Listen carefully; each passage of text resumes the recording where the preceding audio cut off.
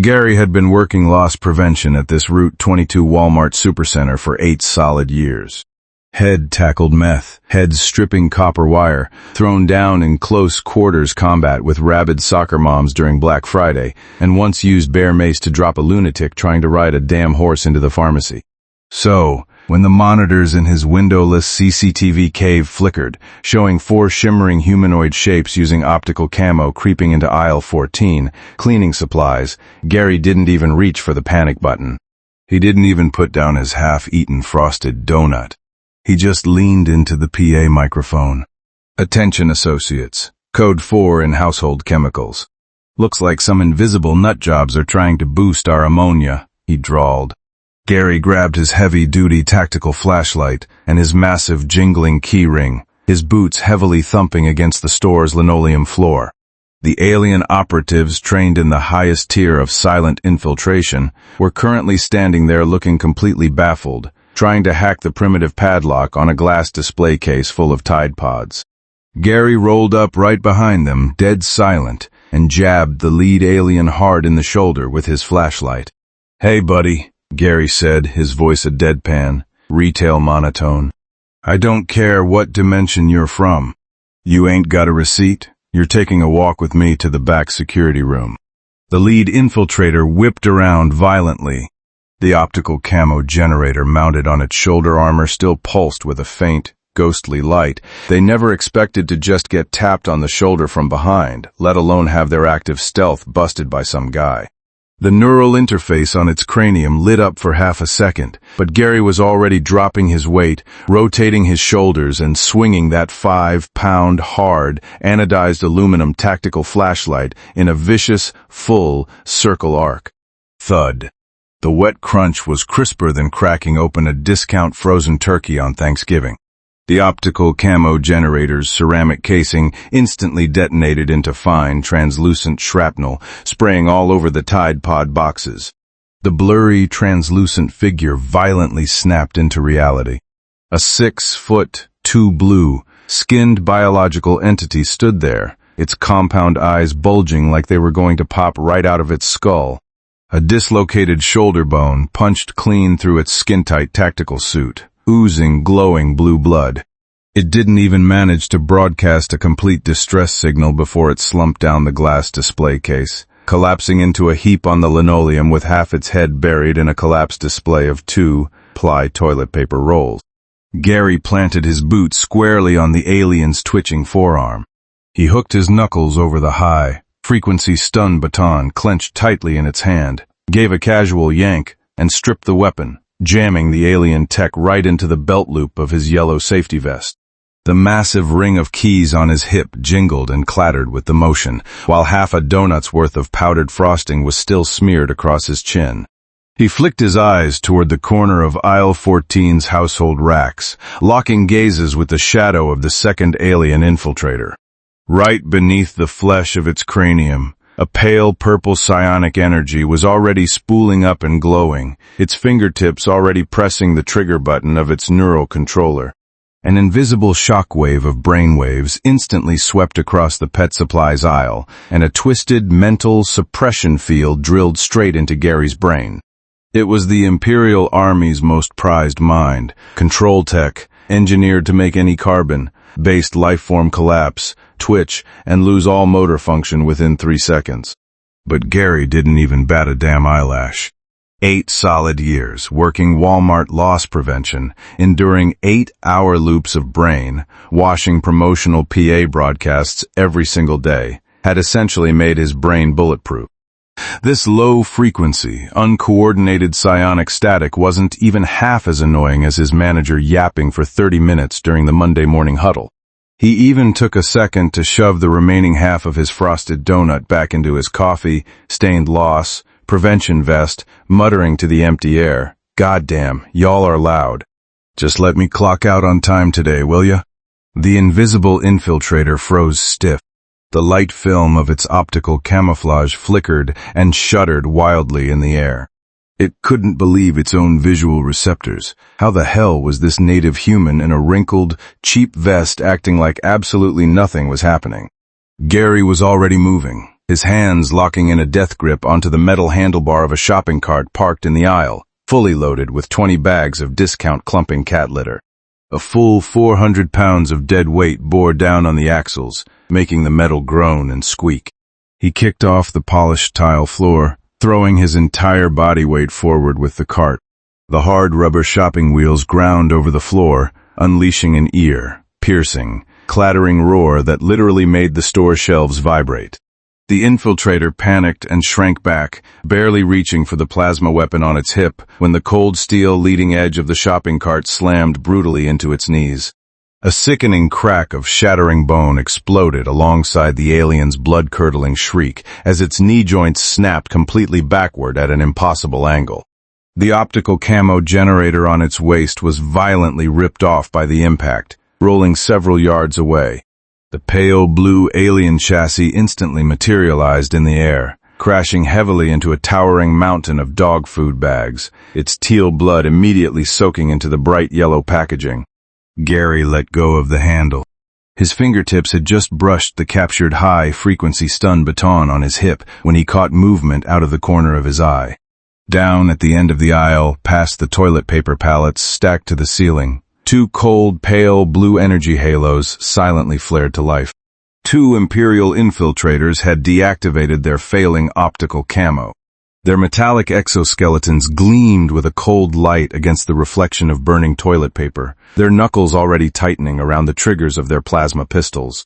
A searing blue-white plasma beam swept across the entire row of toilet paper. The dry wood pulp rolls instantly erupted in black-red hellfire. The tiered steel shelving racks glowed cherry, red and warped under the extreme heat, before the entire rack collapsed into the center of the aisle with a deafening crash, scattering burning paper and black ash everywhere. Gary shoved the corpse of the knee-less infiltrator under the cart with his boot, then kicked the locking latch off the aisle's fire extinguisher cabinet. The heavy iron door and its lock core went flying 10 feet away as he single-handedly yanked out a 10-liter industrial dry chemical extinguisher. He popped the safety pin with his thumb and unloaded a massive, sustained blast right at the 2 infiltrators. A thick, choking cloud of white powder instantly flooded half the aisle. The thermal imaging sensors the Imperial troops relied on were immediately blinded by the chemical dust, reducing their vision to pure static. The 2 infiltrators lost their shit and fired blindly. A plasma bolt grazed Gary's ear and punched straight through the laundry detergent shelf behind him, sending blue-purple detergent pouring out, mixing with the dry chemical powder and leaving a sticky, gooey slick all over the floor. Gary stayed low, creeping tight along the bottom rack. He drove his elbow brutally into the wrist of the closest infiltrator, shattering its knuckles with a sharp crack. The plasma pistol clattered onto the tile floor. Gary scooped it up in one fluid motion, casually grabbed a broken steel support bar from the rack, and smashed it straight through the second infiltrator's optical generator. Blue blood sprayed across the white powder, blooming into bizarre dark stains. Gary wiped the grime off his face, tugged at his blood, spattered loss, prevention vest, and spat out a glob of powder-laced saliva. "My damn overtime pay tonight ain't even gonna cover this shrinkage," he muttered. He shoved the captured high-frequency stun baton back into his waistband and, gripping the still hot plasma pistol, turned toward the end of the aisle connecting to the garden center. His fingertips had just brushed the edge of the canvas divider when he heard the faint metallic scraping of something moving on the ceiling above him. He immediately pulled his hand back, stashing the plasma pistol into his cargo pocket, and gripped his 40-ounce heavy tactical flashlight in his right hand, knuckles white from the strain. He didn't bother looking up to fight them head-on. He just ripped the canvas back and stepped into the garden center. His boots crunched heavily over a pile of empty flower pots blocking the entrance, making a beeline straight for the pallets of fertilizer positioned directly under the skylight. Gary kicked over 450-pound bags of high-concentration ammonium nitrate. The coarse burlap sacks ripped open in unison, and the stark white fertilizer granules spilled off the pallet right beneath the skylight. He grabbed 3 industrial-sized jugs of liquid pesticide stacked nearby, smashed the plastic bottles open with his elbow, and poured the pungent dark brown liquid all over the massive pile of fertilizer. He drew the plasma pistol from his hip, pressed the muzzle deep into the bottom of the pile, and gently squeezed the trigger. The pale blue plasma flare instantly ignited the volatile mixture. A muffled boom shook the floor as a massive, choking cloud of yellow-white toxic gas violently detonated, riding the updraft straight toward the skylight and blasting right into the faces of the Imperial assault team rappelling down from the roof. The commandos, previously hidden by active camo, instantly lost their shit, as violent coughing fits echoed down the ropes. The nerve, spasms in their hands caused their optical camo to overload and short out, making 3 or 4 translucent blue bodies instantly materialize in mid-air. Their advanced, sterile respirators were completely useless against the harsh, primitive toxic cocktail. A few couldn't even hold onto the ropes and plummeted straight into the poison cloud, their wild, panicked plasma fire spraying randomly into the nearby terracotta pot displays, sending ceramic shrapnel and toxic dust flying everywhere. The rest of them clawed desperately at the ropes, scrambling and crawling their way back to the roof, leaving behind nothing but a severed rope and a dropped night vision helmet dangling from the edge of the skylight. Gary yanked a disposable dust mask off a nearby shelf and slapped it on. He kicked aside some broken terracotta, patted the fertilizer dust off his cargo pants, and was just about to step back into the main aisle when a synchronized electronic buzz echoed through the entire store. Every single barcode scanner at the checkout registers simultaneously flared with an eerie red light, slowly swiveling to point directly at Gary's location. The laser points slowly converged, finally pinning exactly onto the blue blood-stained toe of his combat boot. A faint electronic sizzle hummed in the air. The Imperial commander had hacked into the point of sale system to lock onto his coordinates. Gary spat out a glob of dust, filled saliva, and cursed these thieving bastards for adding to his workload. He kept his hand resting on his heavy tactical flashlight and gripped the alien stun baton head taken from the first guy, striding purposefully through the absolute wreckage.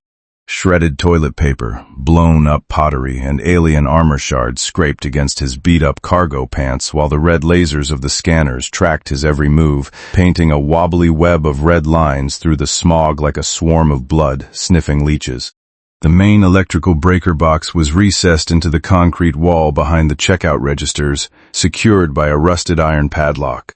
Gary didn't bother fishing for his keys. He just raised the stun baton and brought it down hard. The lock and half the hasp shattered into iron slag, ricocheting off a cash register with a loud ping. He yanked open the iron door, exposing a tangled rat's nest of copper wire and tripped breakers, swung the baton like a club, and smashed it right into the guts of the panel. A sharp crack of exploding insulation mixed with a shower of blue-purple electrical sparks. Every single breaker switch violently snapped off, showering Gary's face with shredded plastic. In the very next second, the entire Walmart supercenter plunged into absolute darkness. The overhead fluorescence instantly died, and dozens of glowing red laser sights blinked out of existence. The droning hum of the AC and the static hiss of the PA system were completely cut off, leaving only the faint rustle of residual gas moving through the ventilation ducts and the distant squeaking rattle of a roll-up door back in the loading bay. Gary was just about to reach for the flashlight on his belt when his boot kicked something rock hard. Looking down by the faint, sickly green glow of an exit sign, he saw the night vision helmet dropped by the retreating Imperial squad. Its internal padding was fully intact, and the optical lenses didn't even have a hairline crack. He bent down, scooped it up, and wiped the chemical powder and cat litter grit off the lenses. He fiddled with the strap tension, slapped it onto his head, and hit the power switch on the side. A hyper-crisp, green-tinted night vision display flooded his field of view, clearly rendering the outlines of the aluminum shelving in the sporting goods section at the end of aisle 14 against the pitch black darkness. Gary snapped the chin strap tight, holstered his heavy tactical flashlight back onto his belt, and let his free right hand slide along the cold display racks until his fingers found a carbon aluminum baseball bat. The hardness was right, The center of gravity was heavily weighted, and it felt way better in his grip than the flashlight. He gave the bat a test swing, his knuckles tightening around the grip tape, and stepped forward so lightly his boots didn't make a single sound on the scuffed vinyl tiles. The Imperial soldiers had their optical camo engaged, but their thermal outlines couldn't hide from the night vision filters. 3 pale green humanoid silhouettes were hugging the dumbbell racks, each sporting blindingly bright spots on their chest and shoulder armor, the core nodes of their energy shields. They had taken cover behind the heavy racks during the fertilizer blast, and were now trying to flank him in the dark, arrogant enough to think they were the only ones who could see. The moment the first alien crept past the baseball apparel rack, Gary's bat was already swinging with deadly momentum. The barrel of the bat connected perfectly with the glowing node on its shoulder armor. With a loud crack, the ceramic casing of the node pulverized, instantly killing the pale blue energy shield and dropping its optical camo. The 10-foot-tall alien monstrosity flashed into plain sight. Before it could even broadcast an alarm, Gary followed through with a brutal backswing that smashed its helmet seams wide open. The monster collapsed stiff as a board, taking down an entire row of tennis rackets that clattered loudly across the floor. The second soldier whipped around at the noise, but just as it raised its plasma pistol, Gary delivered a savage horizontal swing dead center into its chest node. The energy core instantly overloaded and blew out, spraying glowing blue blood through the cracked armor all over the merchandise, as the second monster dropped to its knees without making a single sound. The third one had lightning reflexes. A plasma bolt scorched right past Gary's ear, instantly singeing a chunk of his graying hair. Gary just cracked his neck, closed the distance with a stutter step, and delivered a sickening thud that reduced the third monster's shield node to dust. Its camo peeled away, and it stumbled backward into a structural pillar, clutching its overheating plasma pistol. The 3 unshielded Imperial soldiers were now huddled tightly against the wall, their clawed appendages trembling violently around their plasma pistols, the residual blue plasma energy shaking wildly in the pitch-black store. They gritted their teeth, frantically trying to reform a cross, fire defensive formation, their sensors desperately sweeping the dark sporting goods section, but they couldn't even pick up the sound of Gary's breathing.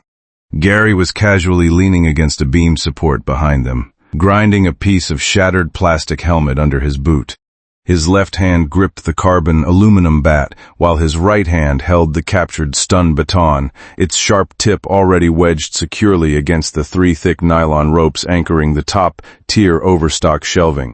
His face was a total deadpan, his breathing remarkably steady. To him, these assholes smashing up his store fixtures were no different than the junkies boosting shampoo, just another 30 minutes of annoying cleanup added to his shift.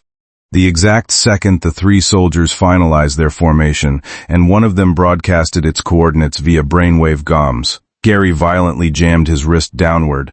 The heavy-duty nylon ropes snapped instantly. The top-tier storage rack, already dangerously compromised by the earlier fertilizer explosion, completely lost its structural integrity. Entire crates stuffed to the brim with cast, iron weight plates and rubber, coated dumbbells, cascaded down the collapsing slanted shelves. Tons of solid metal rained down with an ear-shattering, thunderous roar, plunging straight toward the 3 Imperial soldiers who had just planted their feet. The guy in front barely managed to turn halfway and emit a short, high-frequency panic squeal before a 40-pound dumbbell utterly pulverized his skull, violently spraying blue blood across a display of yoga balls, dyeing the pristine white rubber a sick dark blue. The other 2 desperately tried to dive, roll out of the way, but the collapsing shelf brought down an entire rack of tennis rackets and bicycle wheels right on top of them. Finally, a massive 100-pound barbell plate slammed down at an angle, brutally pinning the 3 of them beneath the wreckage, leaving only a single twitching, insectoid leg sticking out from the splintered wood. Gary tightened his night vision helmet strap and crunched his way over the ringing metal debris. He kicked aside half a broken shelf, reached down to a bisected Imperial tactical belt, and yanked free a cold, cylindrical metal grenade.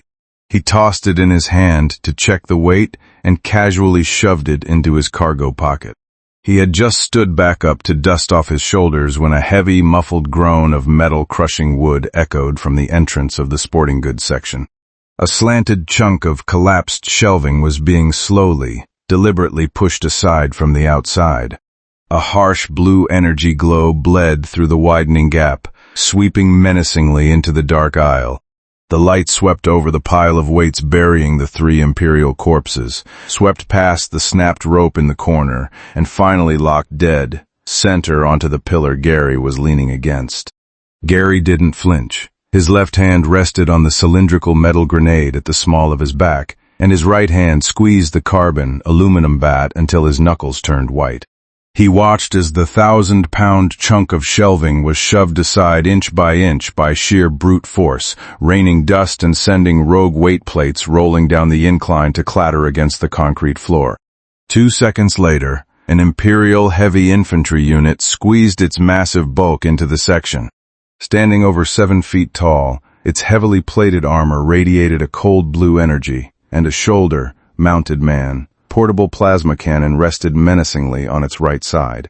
The cannon's charging ring hummed as it spun up, casting a pale blue halo that illuminated the pitch black sporting goods section.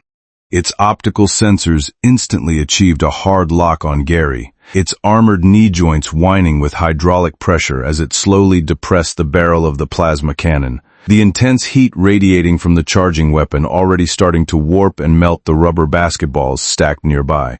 Another one? Who the hell is paying my overtime for this? Gary muttered.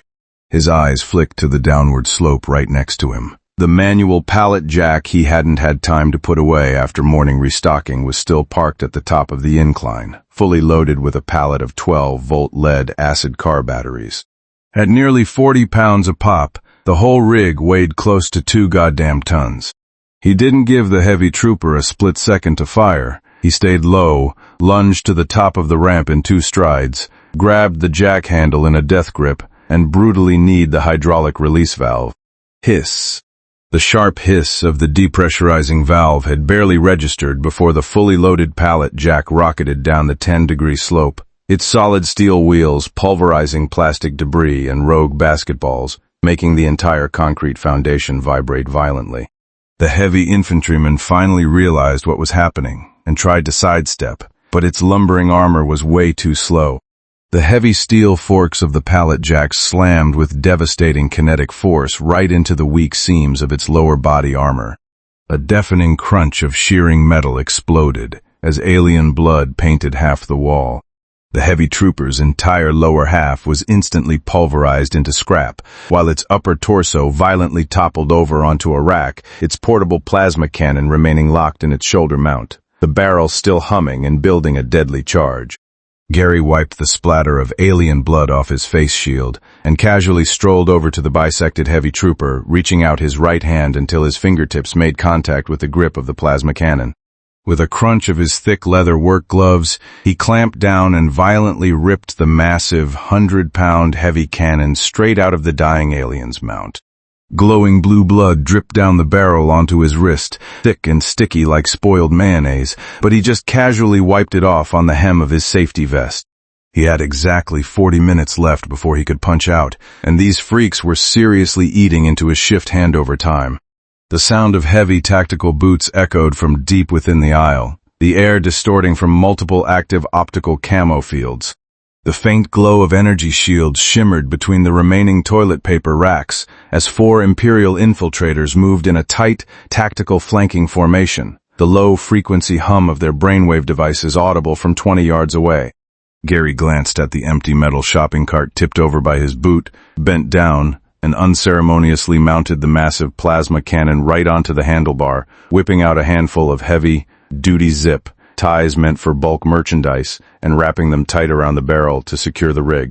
He had already felt the kick on their sidearms. He knew damn well firing this heavy artillery unbraced would blow his shoulder right out of its socket. He took a half step back, wrapped his finger around the side, mounted trigger, and locked the iron sights dead onto the heavy blast, resistant steel roll, up door at the far end of aisle 14, leading into the auto care center. The second the first infiltrator rounded the corner, exposing just a fraction of its imperial crested shoulder plate. Gary pulled the trigger. A blinding, roaring blue-white pillar of plasma slammed directly into the roll, up door's locking mechanism. The heavy alloy steel was instantly vaporized, and the entire massive door blew violently outward from the center. Twisted, molten slabs of corrugated steel rode the explosive shockwave outward, slamming brutally into the front two Imperial point men and sending them tumbling backward, shields and all. Massive chunks of concrete masonry collapsed from the doorframe, completely burying the back half of the aisle and leaving the rest of the flanking squad effectively trapped on the other side of the rubble. They were forced to fire their plasma rifles into the snack aisle, sending a confetti of obliterated potato chip bags raining down everywhere. Gary snipped the zip. Ties with his multi-tool effortlessly hoisted the glowing, smoking plasma cannon with one arm and pushed his way past the shopping cart, stepping carefully over the jagged metal debris and walking methodically into the cavernous, pitch-black autocare center. The motion sensor lights had been knocked out by the blast, leaving only a faint ambient glow bleeding in from outside to highlight three massive 50-gallon oil drums lined up against the far wall. He tightened his grip on the carbon aluminum bat and slowly raised his left boot. He stomped down hard on the concrete floor of the garage, kicking up a thick cloud of dust. His night vision goggles instantly locked onto those three blue, 50-gallon drums of waste motor oil against the wall, and more importantly, the three blurred thermal signatures silently creeping behind them. It was the other half of the Imperial assault squad trying to flank him, their optical camo completely useless at masking their body heat. Gary didn't make a peep. He leaned his captured heavy plasma cannon against an empty shopping cart, his gloved hands clamped onto the handle of the first heavy drum, and he drove his knee violently into the base. The massive plastic barrel tipped over, and a torrent of thick, black, sludgy waste motor oil flooded out, spreading rapidly down the slight incline of the concrete floor. Without missing a beat, he kicked the second drum over, then the third, and in a matter of seconds, half the service bay was slicked with a thick, impossibly sticky coat of viscous sludge. The point man of the Imperial squad took one step into the puddle, and its anti-gravity micro thrusters immediately sucked in a lungful of the sludgy oil, seizing up instantly. The elite infiltrator completely lost its balance, its cutting-edge tactical armor slipping uselessly in the muck, turning their tight, professional breach formation into a chaotic, flailing dogpile of heavily armored meat sacks.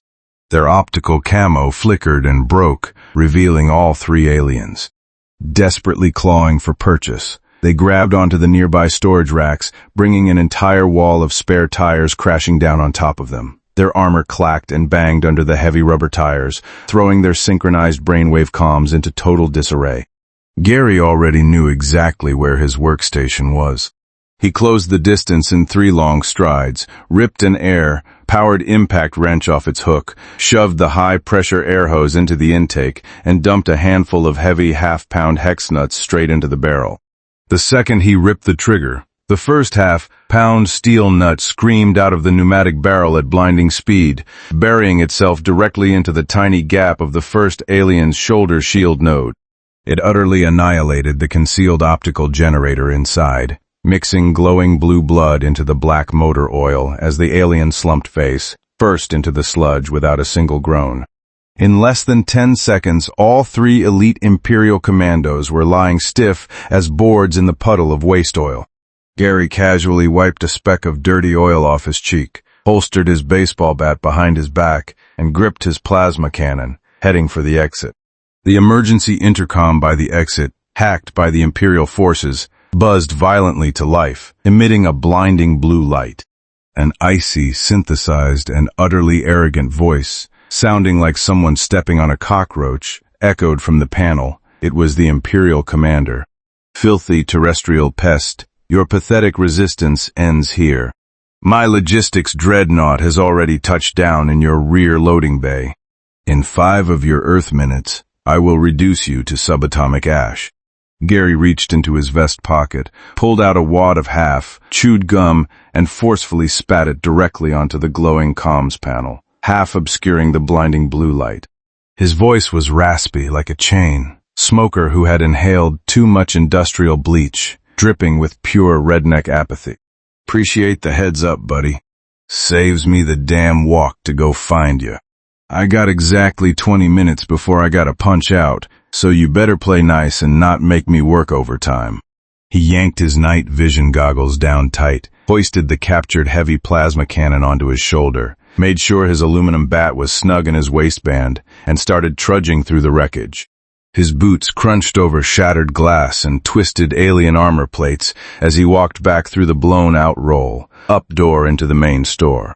The motion lights in the fire lanes were completely dead, and his night vision painted a grim path of collapsed racks and dismembered Imperial troops, absolutely nothing with a pulse dared step in his way.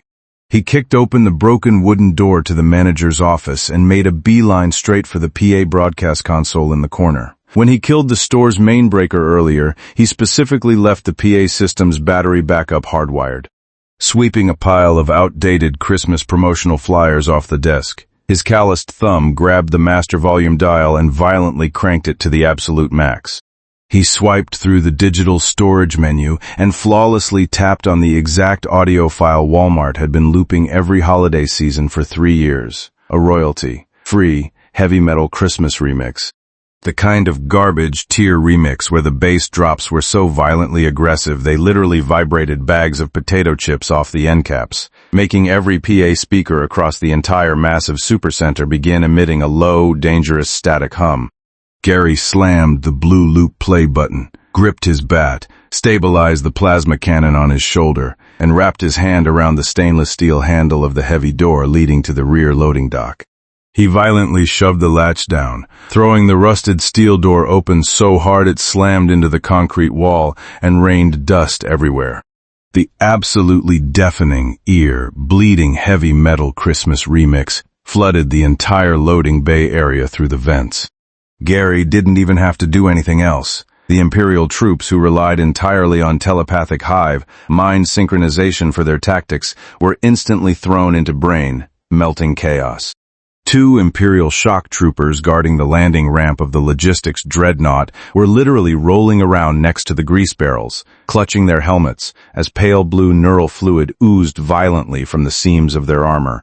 Their once flawless optical camo was short, circuiting in sync with their scrambled brainwaves, blinking on and off like a string of busted Christmas lights in a trailer park. Their plasma rifles were involuntarily misfiring, sending searing red bolts tearing through a massive pallet of liquid laundry detergent stacked against the wall, blasting thick, lavender-scented foam all over the concrete and filling the air with a sickeningly sweet, artificial perfume. Gary didn't even spare a glance for these neutralized grunts. To him, these intergalactic invaders wrecking his store were exactly the same as the trashy shoplifters trying to smuggle ribeyes out under toilet paper, just garbage adding to his workload. He casually strolled over to the heavy electric forklift parked since morning, vaulted into the operator's seat, turned the key, and the heavy diesel generator roared to life, violently vibrating the floor. Securely strapped to the lifting forks were 4 fully pressurized industrial propane tanks he had casually dragged over from the outdoor living section earlier, cinched down tight with 3 layers of high, tensile packaging straps, rock solid and unmoving. He slammed the throttle all the way forward. The rear tires burned twin black rubber streaks into the foam, slicked concrete, instantly engulfing the rear of the lift in choking black exhaust. The massive forklift brutally smashed through a stack of empty wooden pallets, blocking the lane, sending jagged splinters flying like shrapnel. Gary's hands on the steering wheel were steady as cast iron, his night vision goggles reflecting the cold gray steel of the propane tanks, as the multi-ton machine, strapped with highly explosive cargo, barreled at top speed straight toward the open cargo ramp of the alien dreadnought. The dreadnought's cold blue energy shield crackled with purple static at the ramp's edge as he closed the distance, closer, the front tires violently rolling right over the bay's yellow safety line. The 3-ton chunk of solid American steel, packing 4 fully pressurized propane tanks, hit like a rusted, oversized armor, piercing shell, brutally crushing the two Imperial lookouts flat into the deck plate like blue meat pancakes, its thick rubber tires screeching against the metal landing ramp, and kicking up a shower of blinding spark. Gary let go of the steering knob and kicked off the foot pedal, bailing out and rolling safely into a stack of bagged concrete mix exactly half a second before the forklift's mast slammed into the dreadnought's heavy doorframe. As he rolled, his infrared lenses caught the chaotic light show inside the cargo hold. His right hand was already tightly gripping the captured gravity implosion grenade, the pull ring having been flicked off by his thumb during the drive over. With a flick of his wrist, the cold metal grenade sailed in a perfect flat arc, landing dead center in the empty forklift cab and rolling down right into the crevice where the propane tanks were strapped. The brass safety pin hit the dreadnought's metal deck with a sharp ping, a crisp sound that somehow cut cleanly through the ear, shattering bone-rattling Christmas heavy metal music. The Imperial troops inside the hold were already suffering massive neurological overload from the garbage tier Christmas remix, most of them curled into balls against the bulkheads, shaking violently. The few who could still stand tried to rush the ramp, only to be blown off their feet by the massive gust of wind from the crashing forklift. One panicked soldier wildly fired a plasma round that grazed one of the propane tanks, scorching a blackened gouge into the cold steel cylinder and instantly mixing a sharp, burning ozone stench with the smell of diesel and alien blood. The stray plasma bolt sheared right through the cargo door's hydraulic piston. The massive alloy blast door slammed down with a deafening crash, getting jammed halfway and effectively sealing off the blast radius, trapping the ticking grenade, the 4 pressurized tanks, and half the dreadnought's crew inside. Every alien in the hold froze in absolute terror. The blue-skinned soldiers' pupils dilated completely as they stared at the smoking gouge on the gas cylinder, the realization of their imminent explosive death lodging in their throats before they could even scream. The gravity implosion violently shredded the 4 pressurized propane tanks, instantly engulfing the entire cargo hold in a raging, blindingly orange fireball. The extreme overpressure shockwave traveled straight down the dreadnought's spine to the engine block. The fusion core, already critically unstable from the telepathic interference of the terrible Christmas music, completely tore itself apart off its mounts. Blazing blue reactor coolant violently sprayed everywhere as the 1,000-ton warship lurched violently to the starboard side, plowing straight into the concrete loading dock amidst billowing clouds of toxic black smoke. With a cataclysmic boom, the prefabricated concrete awning over the back of the supercenter was absolutely obliterated by the dreadnought's hull, sending rebar and concrete chunks flying dozens of yards and instantly blanketing half the employee parking lot in a massive cloud of gray dust. Gary leaned casually against the rusted shipping container he had ducked behind, dusted the concrete powder off his shoulder, pushed his night vision goggles back up the bridge of his nose, and took long, deliberate strides through the swirling dust cloud toward the burning wreckage. His steel-toed work boots ground over shattered glass, warped alien armor plates, and jagged shrapnel from the propane tanks with a satisfying, crunchy grind. The Imperial commander was pinned halfway under a twisted steel beam, violently coughing up thick blue blood while desperately stretching its fingertips toward a dropped plasma pistol just out of reach. Its cranial comms unit was sparking violently, still making a pathetic, futile attempt to achieve a telepathic lock on Gary's position. Gary casually booted the plasma pistol straight into a foul oil-slicked drainage ditch, then planted his steel-toed boot firmly down onto the commander's wrist, putting his weight into it until the alien bone snapped with a sickeningly clear crunch. The commander let out a shrill, blood-curdling shriek as Gary deadpanned, bent down, and used his massive calloused hand to grab the alien by its blue, blood-soaked collar, violently hauling it upright from beneath the steel beam. The commander's boots dangled helplessly in the air, its vertical pupils shrinking into terrified pinpricks.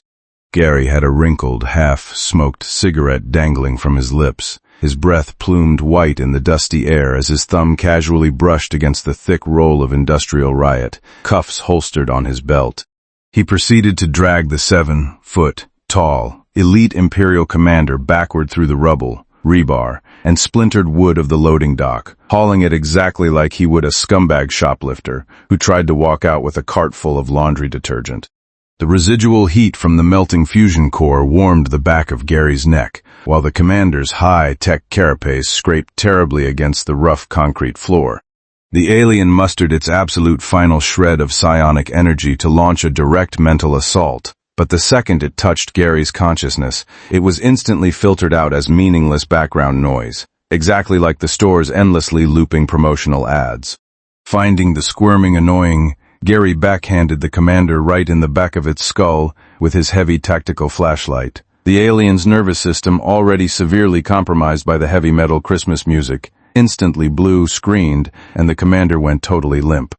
Gary dragged the unconscious alien into the employee break room 1, looping 3 heavy-duty industrial zip ties around the commander's wrists and anchoring them directly to the steel frame of the break room vending machine.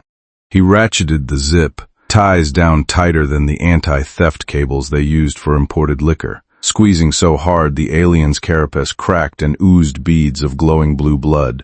He casually stripped the tactical command terminal right off the alien's wrist and shoved it into his own loss, prevention vest as evidence, executing the move with the smooth efficiency of a guy who's patted down 1,000 meat thieves. He fished a crumpled standard-issue Walmart loss prevention citation ticket out of his breast pocket, clicked his ballpoint pen, scribbled down a single line of text with absolute apathy, folded the slip in half, and violently slapped it directly onto the dead center of the commander's forehead, right between its compound eyes, sticking it down perfectly flat. He finally lit that wrinkled cigarette hanging from his lip, took a deep, satisfying drag, and grabbed the radio off his belt, his raspy voice broadcasting slowly over the store's only surviving backup frequency. Loss prevention to front desk. In break room 1. Got a shoplifting suspect detained. Call the local PD to come pick this trash up and tell him to step on it. I'm clocking out on time today. The commander's compound eyes fluttered half open, its blurry vision struggling to focus on the cold black ink of the citation slapped to its face. Attempted theft of household chemicals. Guilty. Fined $250. 00 EOSD. Payable to the store's financial office within 7 days. Late payment will result in a negative strike on your credit score. Its stolen tactical command terminal, currently resting comfortably in Gary's pocket, was transmitting at maximum open, channel power, dutifully broadcasting that exact phrase to the entire Imperial Armada's galactic communication network. The digital clock on the break room wall ticked over. He had exactly 11 minutes left until his shift ended. Gary leaned against the break room table, casually blowing a smoke ring toward the wailing police sirens approaching in the distance. The glowing cherry of his cigarette ash dropped down, landing squarely in a puddle of glowing blue alien blood on the concrete floor, and slowly, quietly fizzled out. When I was building out this concept, I wanted to flip the script on traditional HFY tropes. We're so used to seeing humanity represented by elite space marines or brilliant scientists saving the galaxy. But I wanted to explore a completely different kind of human resilience. The sheer, unyielding, cynical apathy of an underpaid retail worker who just wants to clock out on time. There is something incredibly cinematic and darkly hilarious about taking hyper-advanced, telepathic alien conquerors and dropping them straight into the gritty, neon-lit mundanity of a discount supercenter. I loved visualizing that violent clash of aesthetics, sterile blue plasma bleeding into the sticky grime of spilled motor oil, and flawless optical camo getting absolutely shattered by a cheap aluminum baseball bat. More than just a sci-fi action piece, this is a love letter to the blue-collar grind. When you're listening to this unfold, I want you to really feel that heavy, grinding rhythm of the American retail machine completely overwhelming a high-tech invasion. I hope you enjoyed this little slice of discount aisle badassery as much as I enjoyed bringing it to life. Thanks for listening, and I'll catch you in the next one.